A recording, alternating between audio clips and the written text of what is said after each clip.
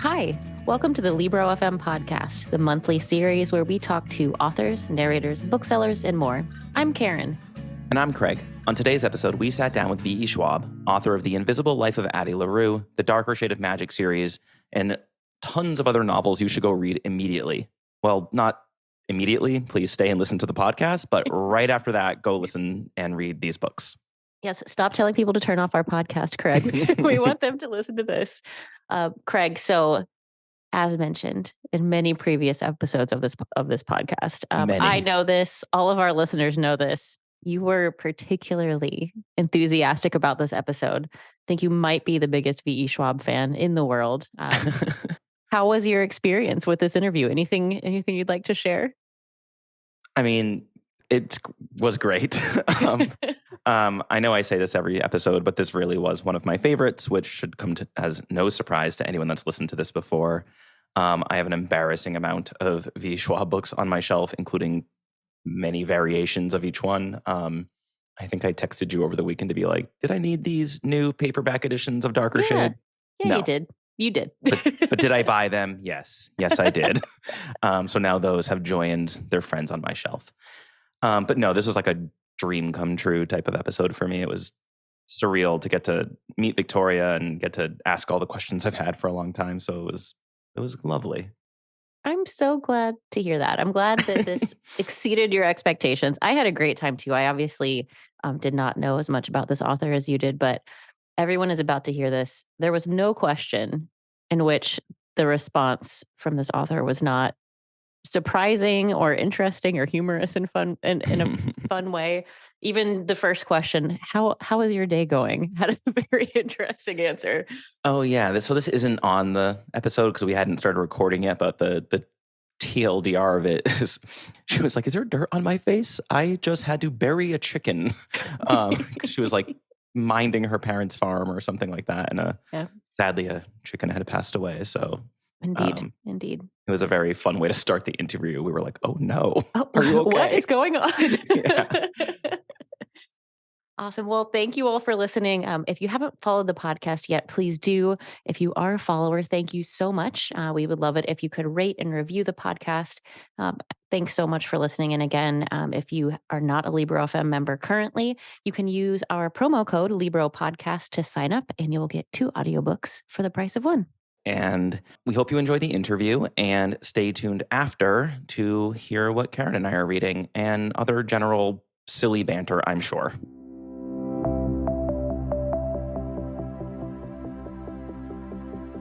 Welcome to the podcast, Victoria. We could not be more excited to get the opportunity to sit down with you today. We have been so excited for this interview. We have a million questions.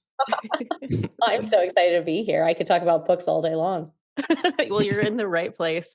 Craig and I are big fans. You have a lot of fans at Libro.fm. We know our listeners are going to be thrilled about this episode. So to kick things off, we were wondering if you could introduce yourself to our listeners. Sure. I'm V E Schwab. My real name is Victoria Elizabeth, named for multiple queens because my mom is as English as they come.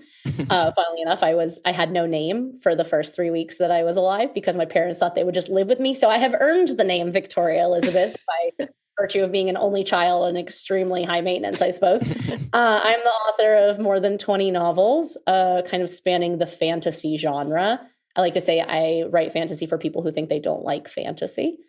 I've written for children, teens, adults, and anyone who likes reading anything. I'm not really a big fan of the categorical system when it comes to readership. I think of them more like puzzles or games. There tends to be a lower age limit, but no upper age threshold.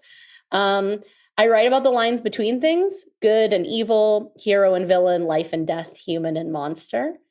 Most recently, I have written The Invisible Life of Addie, LaRue, and Gallant, and Shades of Magic, and Villains. So, yeah, I've written a lot of novels. I feel very old every time I talk about it.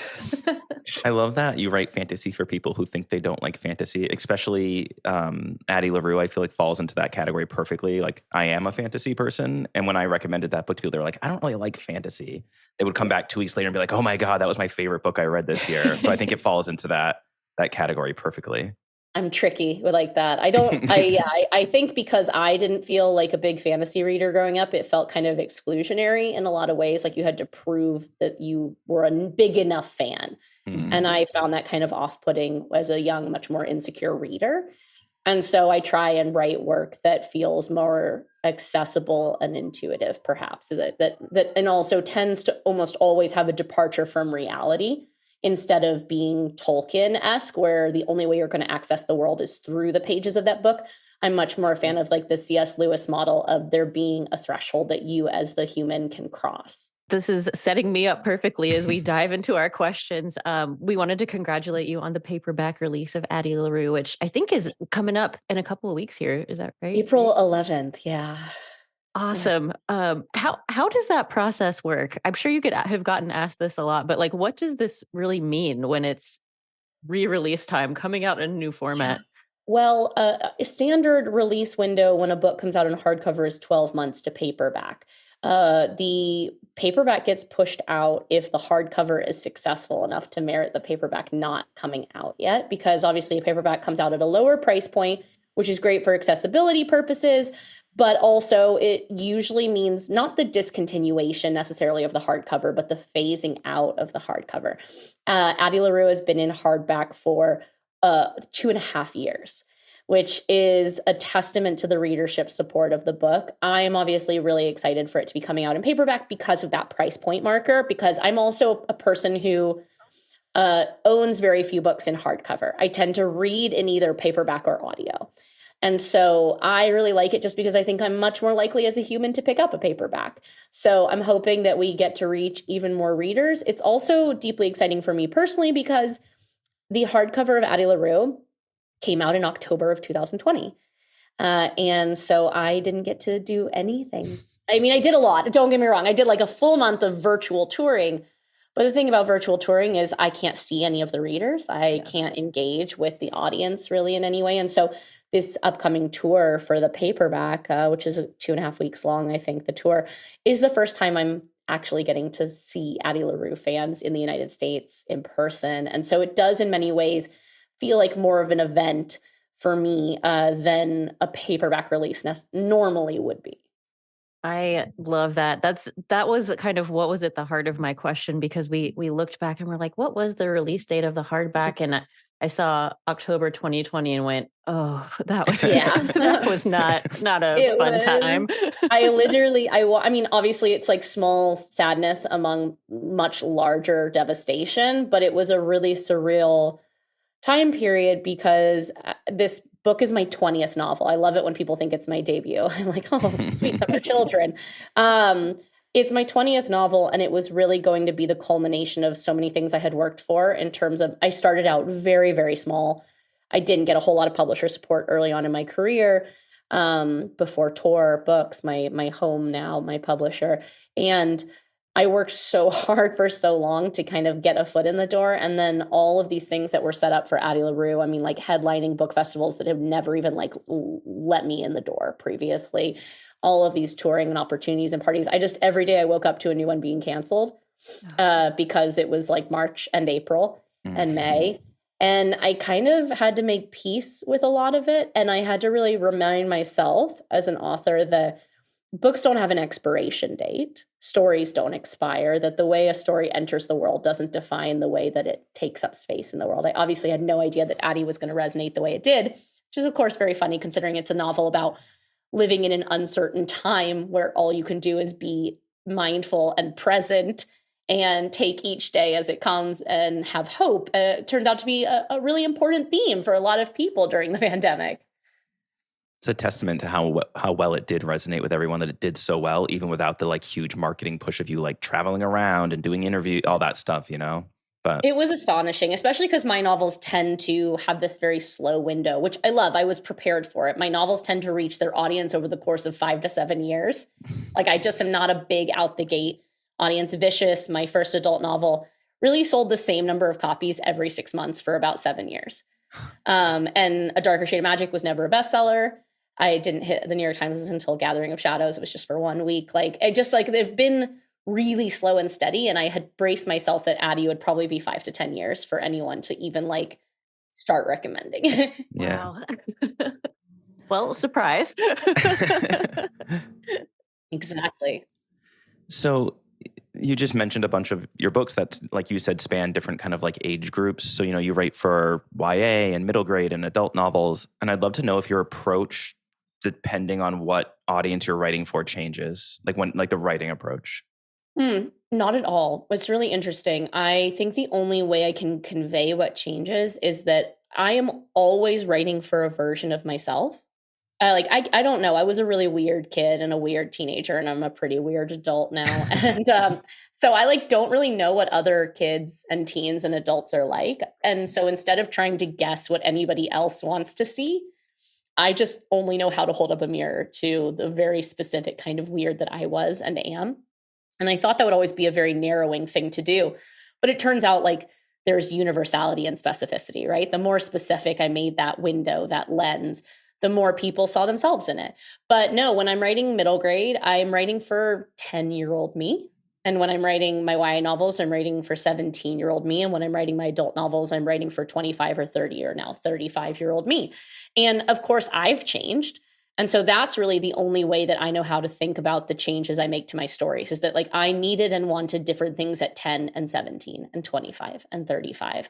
And I also think it's an interesting kind of psychological experiment, because I think it's a good reminder that as authors, we are not static. The books we create become static entities, become time capsules of a very specific point in our lives, but we continue to grow and change and morph as creators. And so it's a lot harder in that way to write the middle grade and YA, because I'm going back to a time period I'm not anymore. Whereas the adult novels, Vicious was written for 25-year-old me, and it is very much who I was at 25.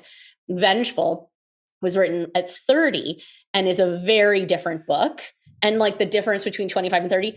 And then Addie is a really strange one, because I conceived of it when I was 23 and finished when I was 33. And Right. I don't think I could have or should have written the novel before when I did. And it wasn't until I was Henry Strauss's age, one of the characters in the book, at 29, that I really sat down to write this book. And I feel like I had a very specific perspective at 29 and 30 that I wouldn't have had at 20 or 25.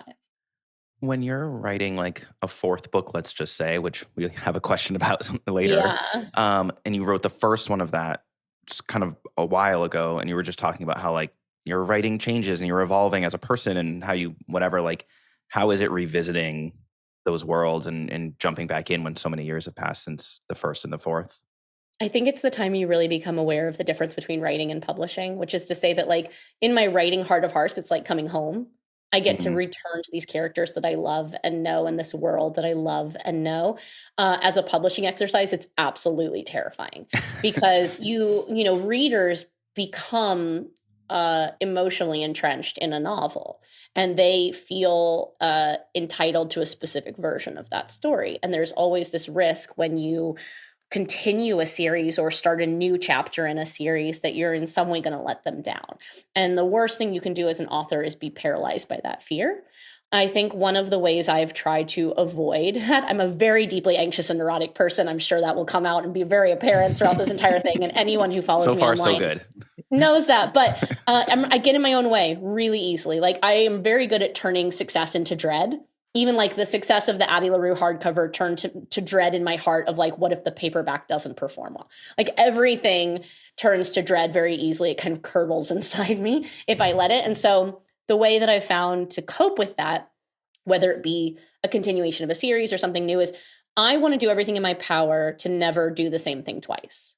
I do that because as a creative, I would get bored, but also because as a business person and a storyteller professionally, I don't want my readers to be able to compare apples to apples across my work. I don't want them to be able to create this is better than this. I want them to create a mental space where this is different than this. That's why all of my books are written to a slightly different person, to a slightly different version of me. The risk there, of course, is it's terrible business, because of course, if you write something and it's very successful, you should obviously just do that in perpetuity and there will be an audience. But I don't think that would be a very exciting or enjoyable way to write and to live. And so with a series like Shades of Magic and Threads of Power, every single book in the original trilogy, I set myself a different goal. I didn't want it to feel like book 1, book 2, book 3 in a trilogy. I wanted each book to have its own arc and its own substance and its own challenge. So I kind of had to continue that, where book 4, 5, and 6 now I'm like, you got to try something completely different. You got to you have to set, and maybe it's different in ways that won't be hugely apparent to readers, but it was very apparent to me. I set different structural challenges. I set different narrative challenges. I set different kind of character arcs, so that hopefully each book in the series is performing in its own way.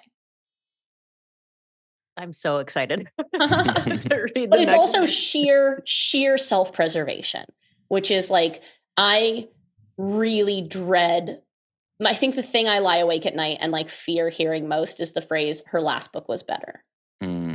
And I push myself so hard, and knowing that there's no such thing as a book for everyone, and knowing that for everyone who loves Addie, there's someone who hates it. And for everyone who loves Shades, there's someone who hates, you can't write with the people who won't like it in mind. You have to write knowing that for someone, it will be the dead center. And the beautiful thing about books is there are so many of them. And just because someone doesn't find themselves or need one of mine, that means they haven't found theirs yet. It's out there somewhere. I can't write hoping to catch them. I can write hoping to catch my person, hoping to catch the person for whom it is essential. And so, yeah, but I think I try to make sure I'm just doing something completely different every single time. You mentioned the very strong emotional connection that people have with your work, and an anchor for that in my mind was with the audiobook. So of course I'm bringing this to an audiobook question, but one of our first interviews we did on this podcast was actually with Julia Whalen. Brilliant. And we were thrilled to talk to her, and we asked her for an example of her process and something that she was particularly proud of, and she used Addie LaRue as her example. I'm honored. The way she spoke about it was fascinating, particularly how she thought about Addie's voice changing over time, and how that was represented, even if the timeline was jumping around, being very cognizant of I'm this Addie now, so I sound this way.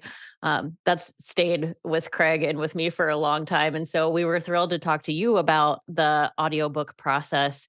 Also, given that you mentioned you're a big audio listener. So huge, what was that like for you? What was your involvement? I mean, so this was a very blessed process in that Julia is one of my absolute all-time favorite audiobook narrators. The conversations for Addie began very early, and I put forward her name and her name only. I asked for it 2 years in advance of release, and I was told she's so busy, I just don't know. And they were like, can you create a short list? And I was like, I just want it to be her. I know that Julia will do deference to this. And the fact is, as an audiobook reader, I know that the narrator makes or breaks it. I know how important it is and how extraordinary Julia's talent is. And I was so excited when I got the message that she was like, I'll drop everything, I'll do it. And I was like, yes, so excited. And then, what was wonderful is Julia is such a consummate professional. We had multiple conversations, both in person and over Zoom and over phone, about how she was going to approach Addie's voice. Addie's story is told in multiple chronologies, but I plan in order from the end backwards and then right out of order. So we were talking about sequence and how to handle her narration over history. And, she's just brilliant. Julia takes the novel to such a different level. A good narrator makes a book three-dimensional, makes the story come to life in your head. And it's so interesting because I'm the kind of writer who deeply believes that what I'm doing is playing a movie in my head and then transcribing it on paper so that the same movie plays in your head, down to the score and the color palette and things like that. Julia is the kind of audiobook narrator who truly makes that happen, who brings it to life in that way.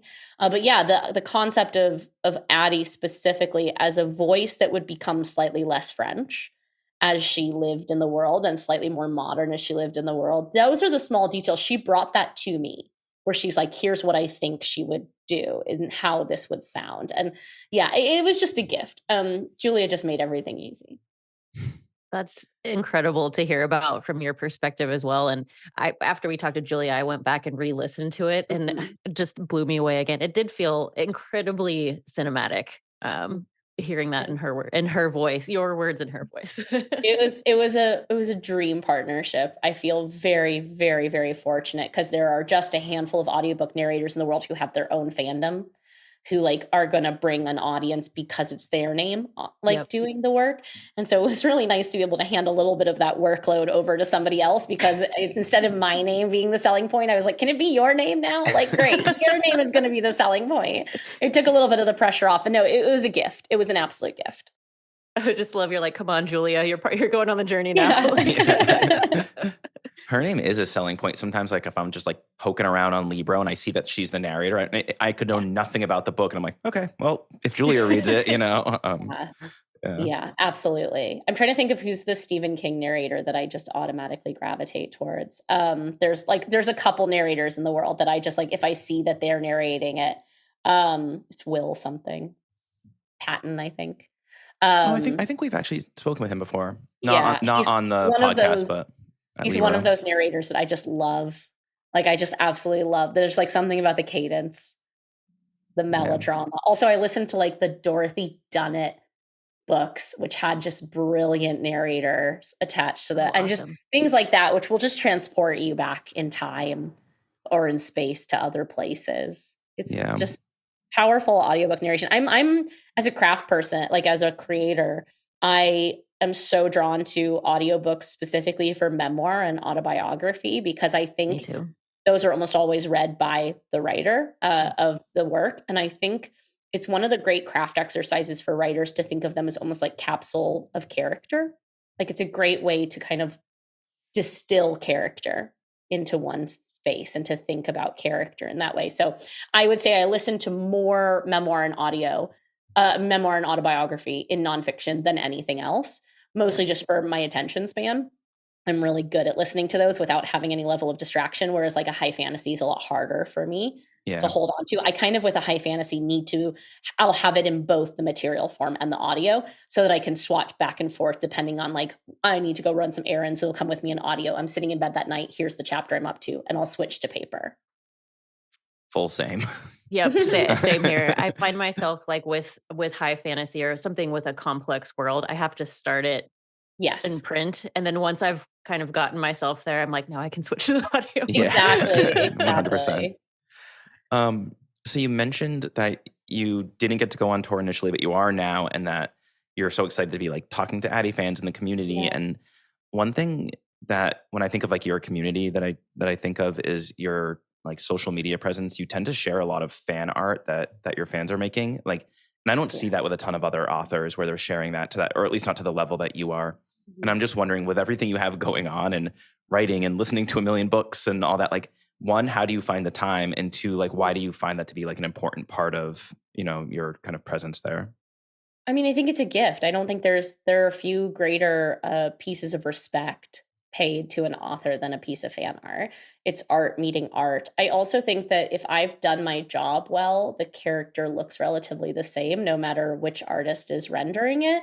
So I think that's very cool. Like as a craft perspective, Kel Maresh from Shades of Magic almost always looks exactly like Kel Maresh. It's a very specific look.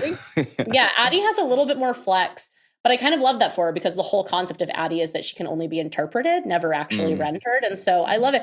I just think it's a gift. I'm also like, it's really easy. It's like, it's a thing I can lie in bed at night and search. I don't ego surf. I'm like, I will never Google myself. I am not crazy. I don't need that. I'm already my worst critic. I don't need to see what other people say about me personally. And so it's really the only version of ego surfing I do. And it's a fairly docile one, but I just think like it's a gift and I want to pay respect to it. It's also a luxury. Like I have not had fan art my whole career. Like this is a really beautiful thing. It gives me an excuse to post a quote. Like it gives me a beautiful attribute to post with and hopefully redirects some traffic towards these wonderful artists who have given me something. So to me, it feels symbiotic. It feels like they're bringing new readers to my work through their art. The least I can do is bring new, eyes to their art through my work. So I just love it. I'm very appreciative of it, and I want people to know that. And I think it's better than just having like a dedicated fan art account. Like I want to post it to my stuff. Yeah, I love that. Mm. One last question about artwork. So, Sure. I have a bunch of your books, I'll just say, on my shelf. And they all tend to have, or not all, but most tend to have a very similar look, even across different categories, right? Like Yeah. black, red, and white is, they have a look, they look very pretty on a shelf next to each other. So I was really excited when Fragile Threads of Power was announced and released. You can see where I'm going with this question. Yeah. And it was very different. It almost has Yeah. like a cyberpunky feel to it or something. Like it's like neon and it feels very different. Yeah. And Yeah, go ahead. and my question is just, I guess, why the change, especially with it being part of a series? I mean, so there's a few reasons. I feel like my covers have almost always been at the forefront of style. They've really been the trendsetters, not the trend followers. The fact is, I love my black, white, and red. It's based on me. Like as you can see on the we're doing this on video. I am pale. I have red glasses and red hair, and I wear all black. But from a business perspective, the fact is that the Darker Shade of Magic books were the ones that started the color theme. A lot of my other books kind of tacked on. A lot of my other publishers tacked on to it. But the Shades of Magic books started the black, red, and white color theme. And that was 8 years ago. And they were the forefront of that style. In the 8 years since, a huge number of fantasy novels have come out in the black, red, and white color palette, in my palette, and in my style, to the point where I don't think that a cover for Threads would have felt really stand out or really special. The other part of that is that I want to capture new readers as well. Certainly don't want to alienate anyone. Let's also not pretend that as the author, I have the entirety of control over covers. This is a business. So it's about how do we bring in new readers? There's also a content aspect to that, which is that the reason that the first series is black, red, and white is because this is how Kel, the main character, Kel and Lila, see their worlds. Right. There's only 4 of them. The new main character in the Fragile Threads of Power book, there's actually a new main character for each of the books, 4, 5, and 6. But the new main character of 4 sees all of the threads that make up the world, the way Alucard Emery does. It is a cacophony of color. It is brought up again and again and again in the story that she is overwhelmed by the vibrancy and intensity of the world around her. So it doesn't make sense for her to be rendered in red, black, and white. She doesn't see the world this way. She sees the world in absolute electric, vivid color. So is it a departure? Yes. Do I completely understand why some readers would be adverse to a departure? Of course I do. But it's also been 8 years. I was really fortunate to have no rebranding happen within the trilogy. So many books get rebranded mid-trilogy, mid-series. And I mean, the fact is, I think this is the next chapter. I also think probably, look, I have written 22 books now. I'm not sure that I would only ever get to have the red, black, and white color motif for all the books. If you look at like Neil Gaiman or Stephen King or Aaron Morgenstern, many editions of their books come out. So I hope over the next few years that many editions of my books will exist. And some of them will be red, black, and white, and some of them won't. Addie was black and gold, and then it was blue and gold, and it was also red and gold. So there's been diversity within the color palette. I just think like it probably was naive of me to think I could only ever exist in this very specific color palette. But I hope people give it a chance because, one, I think that in the finished product, it's going to look so freaking cool. Like I think the bells and whistles that Tor puts into my books these days, it's going to look amazing. But it is also, I think for them, a really important marker that it's a new arc. And right. This is not only books 4, 5, and 6. It's also books 1, 2, and 3 of a new arc.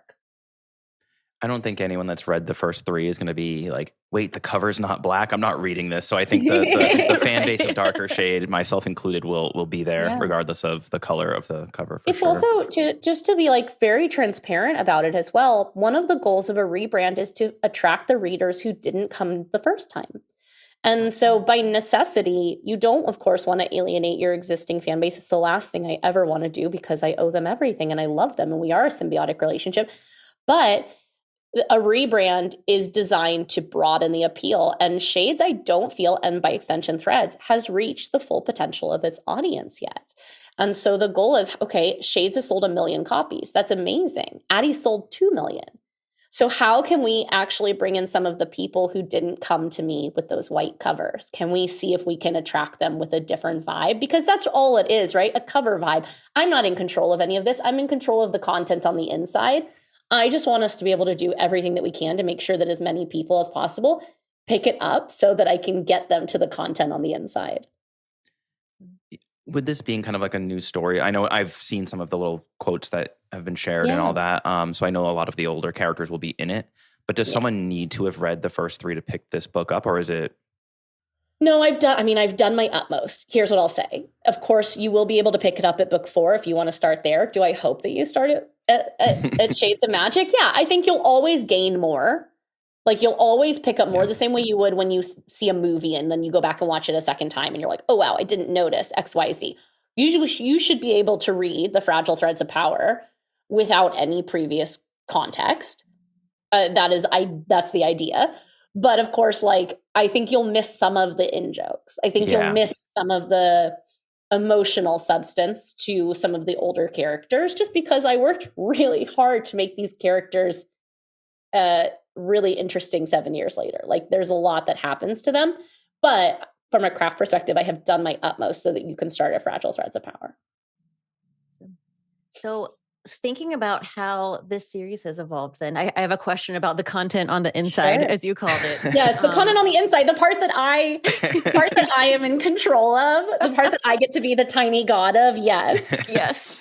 One of the things that I love most about your work is the importance of representation. That is such a hallmark of everything you do. And I read a quote of yours in another interview that you did where you called books an engine of empathy. And I love that quote so much. And I think it is just the perfect way to describe what your work does.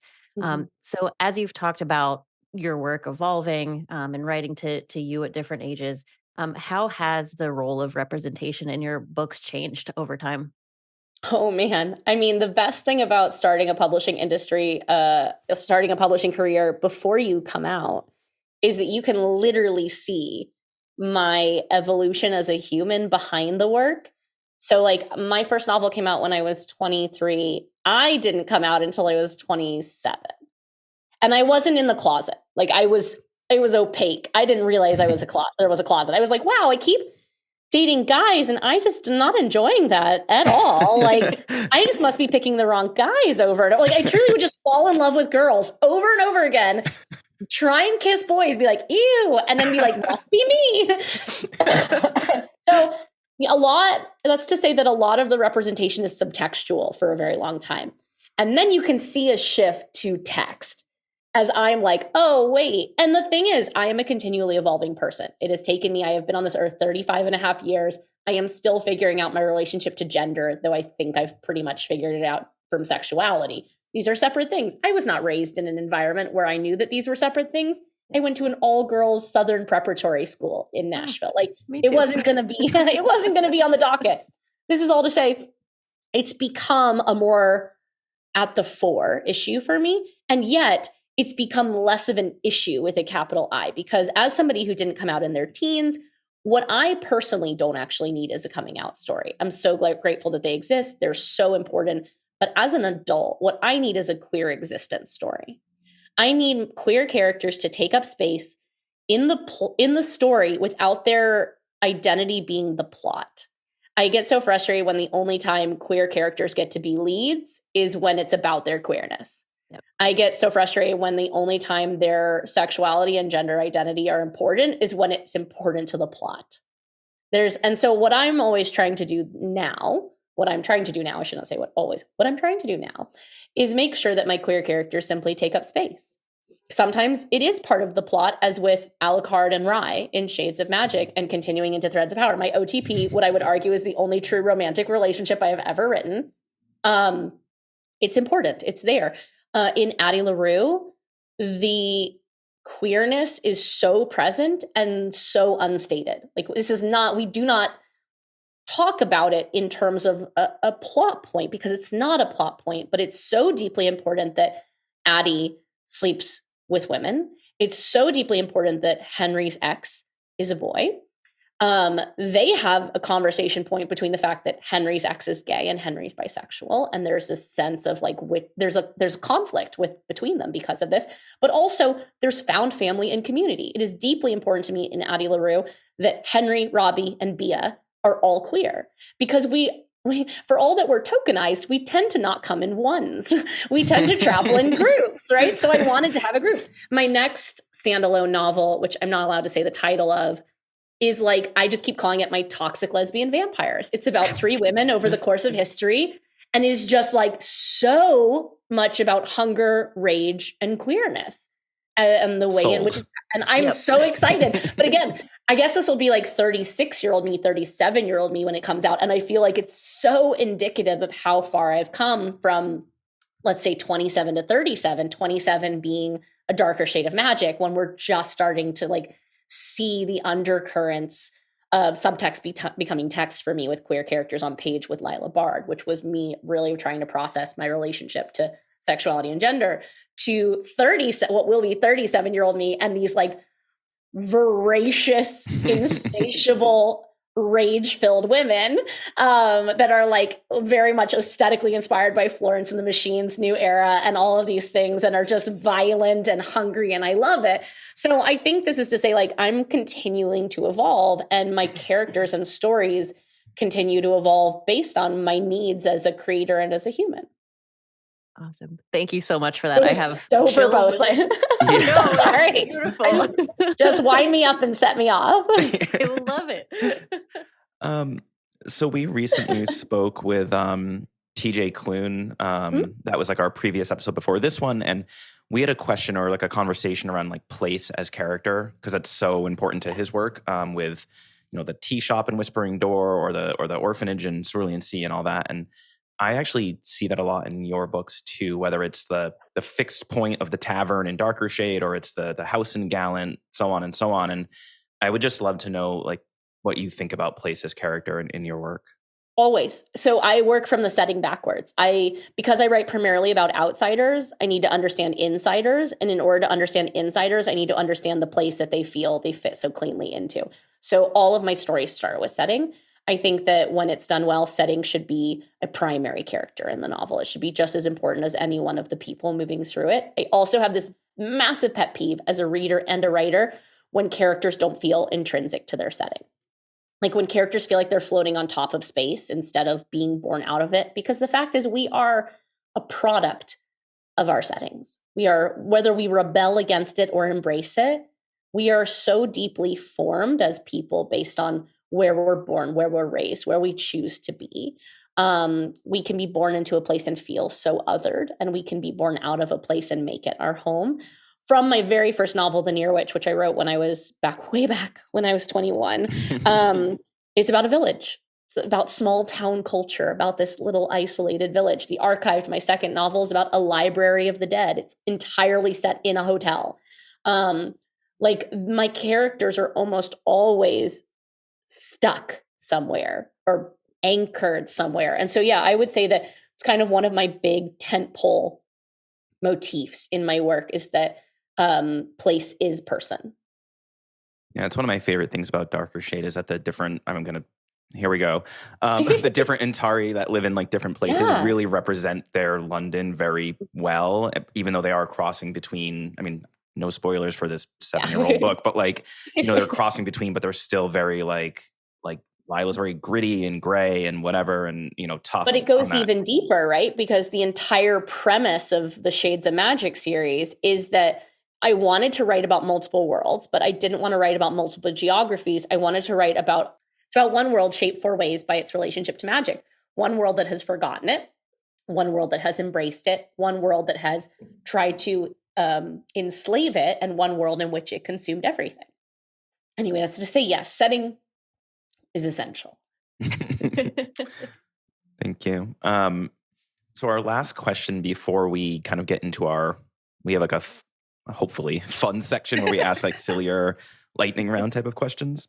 Okay. You've kind of already alluded to this question a little bit. So we can probably go through this quickly, but So we had the cover reveal for Fragile Threads, and you've been giving little hints around like what to expect from that. But one, what should we expect from that? And then two, you kind of already mentioned it with the unnamed toxic vampire book, but like what else should fans be expecting from you in the next, X amount of months or years? It's so hard for me that the toxic lesbian vampires has a title, and I love it so much, and so it always is like almost just on the tip of my tongue, but it hasn't been announced bleep it yet, out, if you mess up. But I feel like I should say it, and then you can just make it like one long sound. And fans will be like, no. Exactly. No. But so in the Fragile Threads of Power, it's actually been the hardest thing about it is I've only posted excerpts from the known characters. Yeah. I've done this on purpose. I have only posted excerpts from characters from Shades of Magic, in part because that's where the fandom is, right? I want to give you a glimpse of Callum Lila and Ryan Alucard, but it's really hard not to post anything of the new characters. I will probably start failing that soon. So Fragile Threads of Power will be coming out in October. Or this fall, I believe. I think it's October 3rd, but I'm really, really terrible at this point at all dates. So Fragile Threads of Power. And then what I'm hoping to do is basically alternate between Threads of Power books and other books for my own sanity. So I would say that the safe assumption will be like a Threads of Power book every 2 years. Okay. They're really long. Like Fragile Threads of Power is like, I mean, I think they're going to format it so it looks like 700 pages, but it's like 200,000 words. So it's the longest one I've ever written. It's, I swear, not me trying to overwrite. It's just so much story because I'm also covering the 7 years between.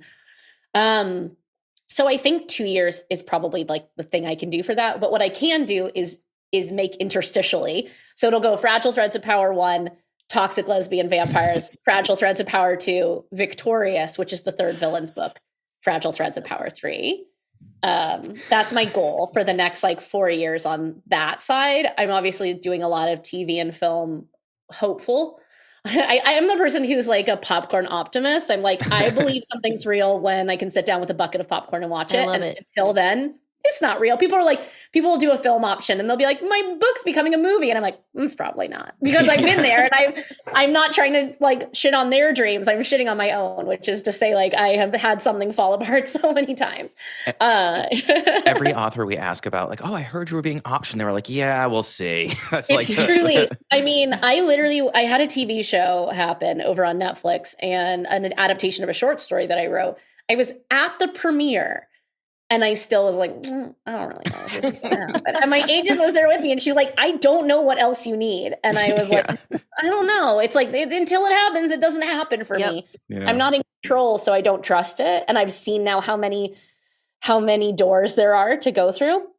But that's to say, fingers crossed that Addie LaRue will start casting pretty soon for film. I've read the scripts. They're amazing. Like I would not say that if I didn't actually feel that way. I would just be like, I guess we'll see. But yeah, so I'm working on stuff, but really on the book front, that's kind of like the big goal, because the Toxic Lesbian Vampires is a standalone. I'm hoping it will sit in that same space as Addie. I like to call it her spiritual sister. Addie's the optimistic sister, obviously, in this case, but I think it's really nice creatively. I know people get frustrated because there's a fandom for each book and they like want villains or they want Shades of Magic. But I also have to be able to live with myself creatively and sanity wise. And the Threads of Power books are quite fraught for me. Like I had a stress stream the other night where everyone went online and rated Threads of Power 1 star. But when I went to read all the 1-star reviews, it was just all of my own insecurities. Like it was just, I'm that person. So I would really like to give myself an outlet that isn't something that fraught, which is why you end up seeing these standalone novels from me. So yeah, it's like the next 5 or 6 years sorted for me. And I also have a graphic novel I'm working on, which is about like inspiration as a parasite that I'm really excited about. Very cool. Yeah. This all is so exciting. And especially for me, especially the Victorious, because I had originally read that was coming out and I was very excited because I love that series. And then I read somewhere that actually it's just going to be a duology. And I felt no. Yeah, so it's great to hear straight from you that that's not the case. Like I literally had a question about it. Come to the source, because I feel like the number of rumors about my books that get like propagated. I think it's because I only exist on Instagram. So I feel like these propagations happen on other sites and I'm like not there to be like, I swear it's real. Information is a parasite. Carry the good word. Yeah.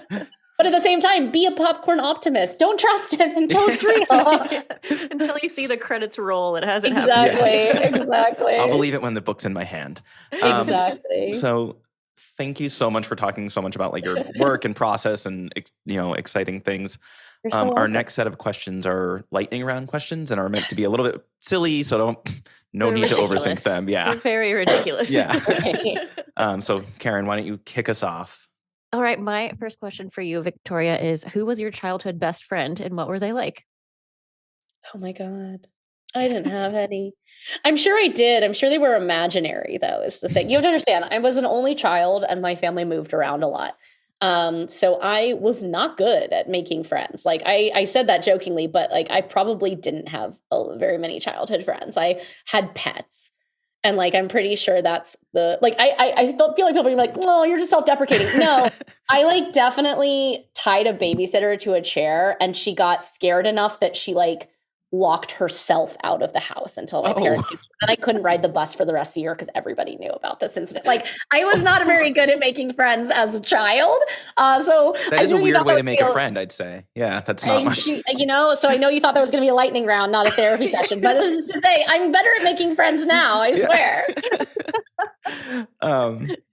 So you travel around a lot, going to events and you're meeting fans, and I'm sure some of them like super fan on you a little bit. Have you ever been that super fan? Have you ever met another author where you felt like a little starstruck? Okay, so yes, and now it's become like this very long running joke. But for Neil Gaiman, who was one of my biggest influences growing up, the year my first novel came out, The Near Witch in 2011, we ended up at the same conference. And I had probably like 1,000 followers on Twitter, but I told them all how excited I was because I wrote a piece, you can still find it online, called To the Planet from the Speck, which was this idea of like that he was my planet. And I just felt like this tiny piece of mass orbiting, like hoping one day to have a gravitational force. And all of my 5 fans decided to just like ping him all weekend on Twitter and be like, she's such a big fan, you should hug her. And he kept being like, I don't know who this person is, and I have not seen him. So I couldn't go to his signing. And then he finally added one more signing on the last day, and I waited 2.5 hours in line to get him to sign my books. And I thought I was going to chicken out saying anything, but at the last minute, as he's signing my books, I said, so I'm the one who whose readers online have been and he just like dropped the pen and he looked at me and he spread his arms and he said, oh, thank God. And like he just like gave me this big hug, and I thought, that's the end of it. I can just die now and be happy. And then almost every single year for the next 7 or 8 years, he would give me a hug. Like we would like run into each other or something, and he would invite me backstage. I would see him from across the room. And it had been like 2 years later, he should have no idea who he was. And he would just spread his arms and give me a hug. And like, he's become kind of a mentor figure and a really wonderful, generous human. But like, I remember standing in his kitchen one day and he was making me a cup of tea. And I was like, who am I? And then he was like, do you want to see some of this? It was me. I just want to set the scene here because I am not that cool. Me and Ian Rankin standing in Neil Gaiman's kitchen. And Neil, as he's making a cup of tea, is like, would you like to see the cut from this show I'm working on? And it was for Good Omens. And I was like, I'm like sitting on his living room floor eating takeout Indian food with a cup of tea, watching like the part of Good Omens where they travel through history together. And I was just like, what is this? My life is awesome. Who am I? And you didn't even have to tie him to a chair either. It's crazy. I didn't even have to tie him to a chair. The day that like he was very, very generous enough to blurb Addie LaRue. And it was like one of the best days of my life. That's amazing. I still am convinced he doesn't know who I am. I just like, again, with the popcorn optimism. The red glasses. Every time I'm like, he doesn't remember me. Oh my gosh. That like made my face hurt. Quick follow-up, favorite Neil Gaiman book? Ooh, it's a contentious one for me. Neverwhere. Yeah, same. I was hoping that's what you would say. That's my favorite as well. It's my favorite. I will say like Neverwhere, and the ones I have signed are Neverwhere and Graveyard Book. Because those are like the both two. Amazing. Love Nobody Owens. Yeah, just defines everything for me. I have Ocean at the End of the Lane as well, but signed. But like Graveyard Book and Neverwhere could pretty much like define me as a person. Yeah, there's a All lot right. of like Cassidy Blake gives me very Yeah. graveyard book vibes Also, in like the best way. From an audiobook recommendation perspective, Neil's reading of Neverwhere is just one of the best. Oh, A I lot have of to listen to authors that. don't read their own fiction, but No. he just crushes it. I think we've Yeah. mentioned it on He's the a podcast performer. multiple times. It's beautiful He's reading. a performer. Yeah. He reads, I think he's read at this point, he's read most of his. Yeah. And like I will specifically listen to anything. This is where it gets a little weird. His accent is very much like my mom's accent, like they're from the same region. And my mom would read me stories as a child. And so I feel like there's something almost like, you know, that feeling you get when somebody runs their fingers through your hair, like that soothing. When I listen to his narration, it's like a family thing. Like I just feel like someone's reading me a quiet bedtime story. I love that. Do you celebrate your birthday? And if so, how do you celebrate it? Oh my God, you guys, I'm going to sound like just like a weird asshole after this interview. I hate my birthday. I hate any date to which a huge amount of pressure is assigned.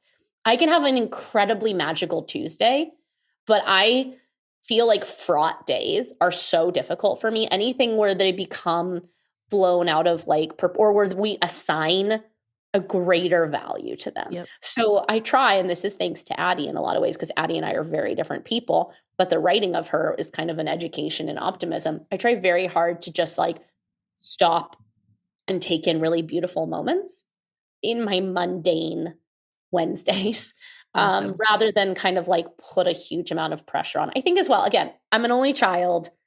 I love my parents. My parents I'm very close with them, but like what's a birthday party is probably going to be like either me at home in Scotland with a couple of friends or like me with my parents. And I'm like, we're going to do that anytime I visit. And so it's usually just like a very chill affair. And I just try and like make it a good day. Awesome. That's all you can do. Yeah. Out of all your characters from any of your 20 plus books, who would you most like to spend a day with and who would you least like to spend a day with? I would really like to spend a day with Alucard Emery from Shades of Magic, because I feel like he knows how to have a good time. Like we would get on really well. I think Alucard is like the more chill version of Rye. Like Rye, I think it would be a little bit too much like, is that cocaine in the bathroom? Yeah, kind of vibe. Get into trouble somewhere. Yeah, for sure. Yeah, like I feel like whereas Alucard just like knows where the good wine is and like will take you on a tour. Yeah, I would like to spend time with Alucard Emery. I would very much not like to spend time with Victor Vale, which is funny from Vicious because Victor Vale before Henry Strauss was the only autobiographical character I had ever written. And I have both men, and it tells you I'm still trying to figure out the rest of this identity. But like Victor, I don't think anyone wants to spend time with Victor Vale. I would more than Eli personally, but you know. I mean, nobody wants to spend time with Eli. And then really the right answer is Eli. Pretty much don't want to spend time with any of the powered people from villains. Yeah. Well, you kind of already answered my last lightning round question. I was going to ask you, what's the strangest dream you've had recently? And your dream about Goodreads. But you know what? That wasn't even strange. So here's the thing. I mean, this is just like, I should really learn to be less honest probably in podcast form. When I started taking anti-anxiety meds like 8 years ago, I started remembering every single dream I have. And before I started taking anti-anxiety meds like SSRIs, I would probably remember 2 or 3 dreams a year. I had like no dream memory. Now it's every single night when I wake up, I remember at least one of them, and they're all so weird. But what I will say is probably once or twice a year, I have one that like is so incredibly detailed that I feel like it was a movie. Like it has a plot, it has twists, it has a subplot, it has a cast. And the weirdest part is I'm not always in it. Like I have dreams where I am simply like, I am the camera lens almost. That's incredible. I'm like a ghost. Like I have a lot of dreams where I am not actually a participant, but I'm like haunting the dream. That is fascinating. I love dreams. I love a good dream. Thank you for sharing that. Yeah. Right, our last question before we say goodbye is this thing we do, Instagram story time, where we comb through your feed and find a photo that we want to know more about. Okay. For this one, it is, since we've just spent an hour talking about how busy you are and all the 6 books you're writing and touring, etc., we found an Instagram post where I think it was just kind of like a scrolling video of Goodreads where you said you read 159 books. And our question is, how the hell do you have the time for this? How do you do this? Yes. Here's what I'll say. Because it is a form of productive procrastination.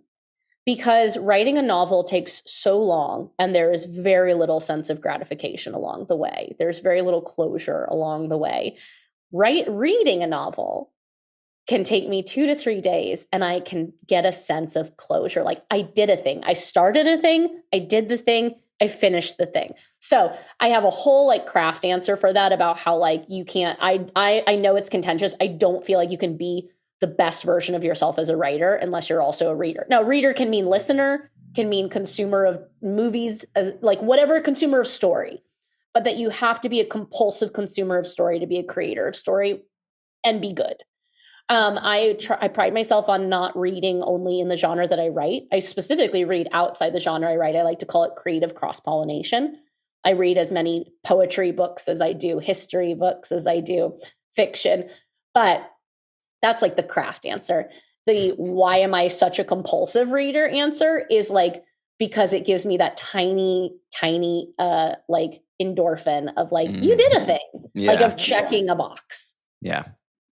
Also, I get very anxious about the number of books coming out each week that I like. I follow Liberty, who is like and like every Tuesday, Liberty posts all the books that came out that week. I know. And I'm just like, the existential crisis is a continuous force in my life. Well, Victoria, Liberty also has a Tuesday newsletter now. I have it. I'm on her Patreon. I get that newsletter. It is so upsetting to me because I just keep thinking like, oh no, like I'm slowly sinking into the quicksand that is my life. And I just want to read books. And like I've also like, I've been sick and I haven't been able to really like focus. So I lost a month. Now I'm behind schedule. Oh, no. And I'm like, oh my God, am I not even going to make my 100 books a year? I've made 100 books a year plus for the last 8 years. And I'm only at like 28. You're going to get there. Only 28. There's plenty of time. I also picked like 4 really long books in a row. And I'm like, why? They were all 600 plus pages. I need to go read some chapbooks. Yeah. It's poetry time books, now, yeah. The books I read slowly get shorter and shorter as we lead up into the year goes on. Yeah. In January, I'm only reading poetry. In December. Cool. Well, with that being said, very last question, we promise. And you knew this was coming. We talked about this at the beginning. Do you have any recommendations for the two of us or for our listeners? I do. In the vein of beautiful fantasy for people who don't think they like fantasy.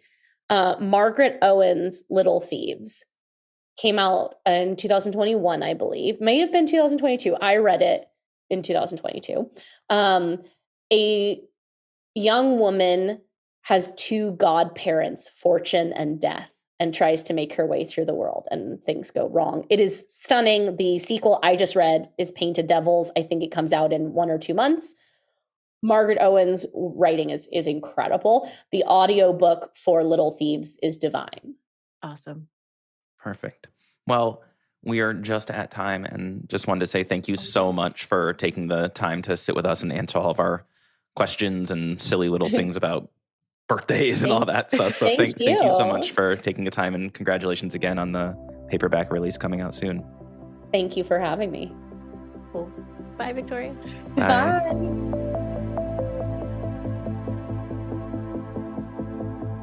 Well, thank you for listening to that interview, everyone. I hope you enjoyed it as much as I did, but I somehow doubt that because that was very special for me.